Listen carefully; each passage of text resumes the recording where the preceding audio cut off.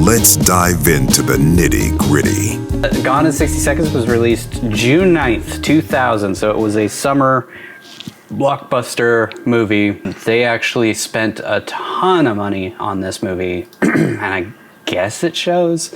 I think most of the budget went to destroying expensive cars and renting expensive cars. Yeah, I would say, yeah. And the cast. The cast is pretty amazing. Budget was $90 million, which I think is, leaps and bounds higher than any other movie that we've done so far. But it made $237.2 million. This is the first movie that we've done on this show so far that actually made back its budget and more. We've had a few that have kind of equaled the budget, but I will say there is an asterisk next to this because due to its high production and marketing cost, it is estimated that the film lost the studio about $90 million. Although due to Hollywood accounting, Disney actually wrote this off as a $212 million loss, which is insane. Shit. On the surface, 90 million, cost 90 million, made 237 million. Obviously this is a hit, but they lost $212 million. Yeah. That's why movies have to make 3 times their budget to get to be considered a success. Or to consider breaking even, I should say. They have to make beyond that to even be a success, which is why I don't know how the movie industry is sustainable, but that's it's all a big money laundering front anyway. Yeah, I mean, that is how the Hollywood accounting works, basically. They always have to write it down as a loss so they don't have to pay a bunch of shit on it, and they also get tax write-offs and all this other crap. Well, like I said, they don't have to pay their actors. $90 million, but they wrote it off as a $212 million loss. I mean, those numbers are very different from one another. That's crazy. Yeah. I mean, famously, the guy who did the body of Darth Vader, David Prowse, never got paid for Return of the Jedi because part of his contract was getting part of the profit of the movie, and on paper that movie did not make a profit. That's nuts. Return of the Jedi supposedly made no money at the box because of Hollywood accounting. It's kind of those weird benchmarks people like to nerd out about, but it really, unless you're doing the paperwork in the studio, you're not going to have any clue how much the studio actually made off of something. Yeah. So this movie was written or directed by Dominic Sena. I think that says S-E-N-A. Sena. Sena. Sena. Who could have been John Cena. Directed Swordfish, California, the Brad Pitt, early Brad Pitt, David Duchovny movie. He didn't do a ton of movies. He did that Season of the Witch movie that came out not long ago. But mostly he's done music videos. Again, another guy who went from music videos to making movies. And it kind of showed on this one too. Kind of felt like a music video for half of it. Yeah. Especially the pacing. Holy shit. That's the thing. This movie is just, I guess, that's kind of a trend of these kind of Michael Bay-esque Hollywood blockbuster movies is just the pacing. It's just ridiculously fast for no payoff. Breakneck speed. Yeah. We got to fit as much shit as we possibly can into this movie without telling an actual story. That's kind of the hallmark of these types of movies. 118 minutes long. And I felt every minute of that. Yeah. Why it's too short in my opinion. I could have got another hour. This movie was actually written by Scott Rosenberg after some disagreements with the director about they wanted to do some rewriting on this movie, which, they really banged up the script. I mean, made it so much better. I can't even imagine how good it was before. Because of rewriting, Scott Rosenberg just bailed. He just left the project completely. But then they brought in Jonathan Hensley and J.J. Abrams, young J.J. Abrams, to do an uncredited rewrite of this script. That makes it feels very JJ-esque at times. Yeah. It's like this weird Michael Bay, J.J. Abrams. I kept getting weird vibes, and that makes sense that he gave it and did some rewrites on it. I'm guessing that's why, like, if you really, I make fun of it, call it incoherent, but, like, if you really just, I sat down and I broke down the entire freaking movie from start to finish, and everything does connect and make sense. There's a lot of things that are like, well, what would have happened in the background of this? Wouldn't they have gotten caught easily in this scene or this scene? But, like, the actual, like, storytelling actually makes sense. So I think that's, where J.J. Abrams came into this writing process. Yeah. It really felt like they would be like, okay, well, this doesn't quite make sense, so we need to get from this to this. So this happens, which leads to this, and then that leads to that. And then just repeat that every 10 minutes or so. Yeah, here's a 30-second scene that cuts away from our main characters for a second and shows the cops doing something. Then we cut back to them. Stitching the movie together because it was probably even more disjointed and made no sense. Yeah. This, of course, is based on a 1974 version of Gone in 60 Seconds, which is literally unwatchable. Holy shit, that movie sucks. It was terrible. I mean, I was like just ripping on this movie until I watched the original, and I was like, well, they actually did a pretty good job. I mean, actually coherent, makes sense. But it was written by H.B. Haliki, who died before this movie was made, but his widow ended up optioning off the movie and apparently made a fortune, or not a fortune, lost $212 million. But she got paid up front, probably. Yeah, she probably got paid up front. But the character of Kalitri is actually based on his name, H.B. Haliki. He is the main star. He's kind of the Nicolas Cage of that movie. And I was just telling you guys, the end car chase lasts fucking forever. I mean, it's like 45 minutes long, and it's just kind of just random shots. I mean, the whole movie is just like, here's a random shot of a wedding, and we'll do some dialogue underneath it.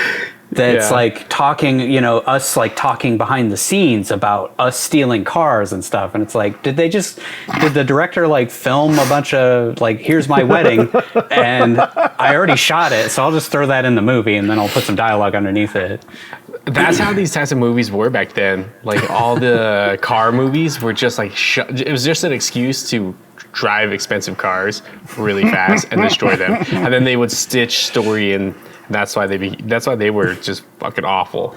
But like, I'm trying to think of some of the other classic driving movies. But even like the original Fast and the Furious was the same thing. It's just an excuse to shoot expensive cars, and destroy them, and then you just stitch a story in. Which I really appreciate them continuing that trend with this movie and then the Fast and Furious franchise as well.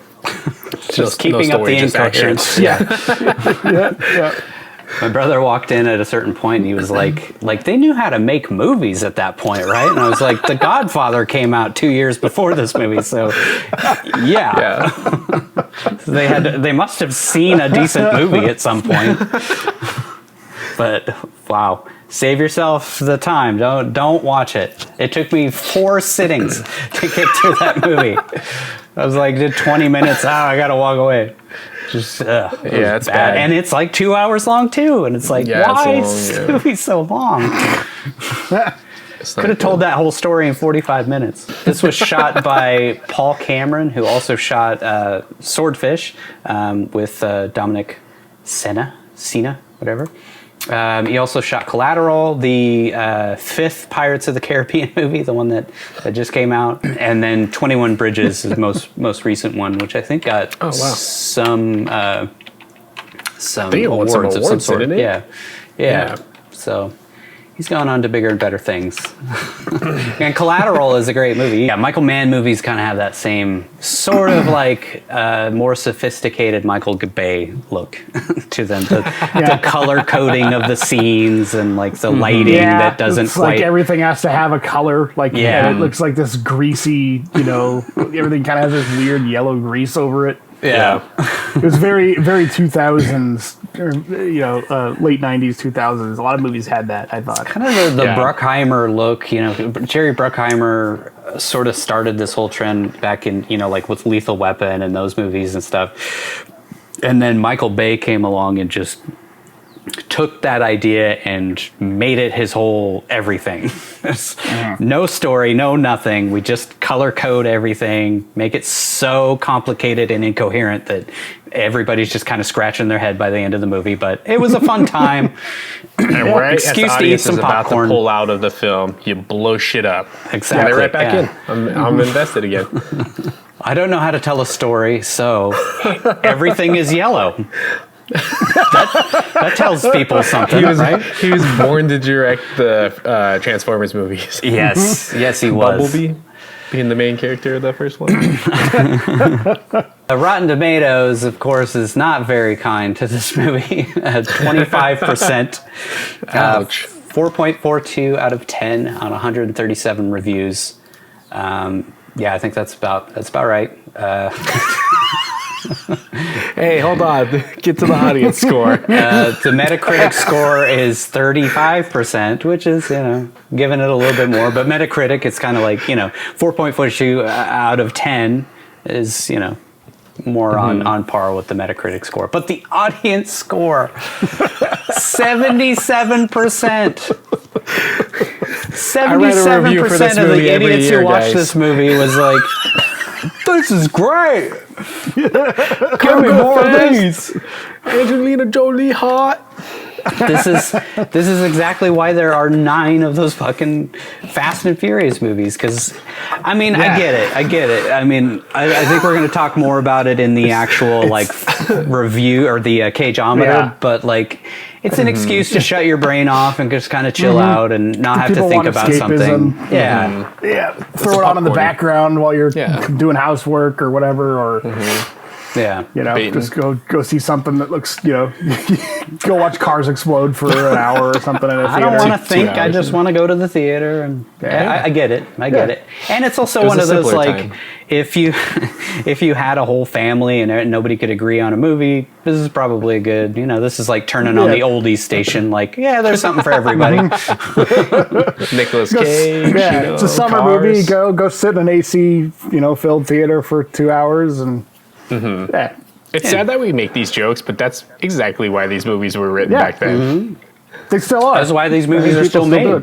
I think the Marvel movies have kind of skewed this a little bit because now they're making blockbusters that follow the formula, but also kind of give you something along the way.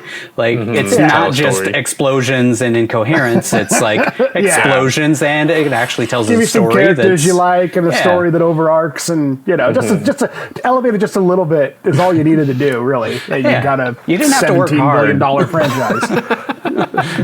just add some That's why I coherence think it's to funny it. how it's like they're literally the only studio that can figure it out. No other studio can figure out how to just make decent enough movies that are fun and entertaining and Yep. good quality. It's not so hard. Somewhat but, good but story now that- watching movies like this, studios they're all execs want movies gone in 60 seconds. It's really not that hard to understand, I guess, why it's hard for so many studios to figure it out. Yeah, I They guess. think something like this is a great moneymaker.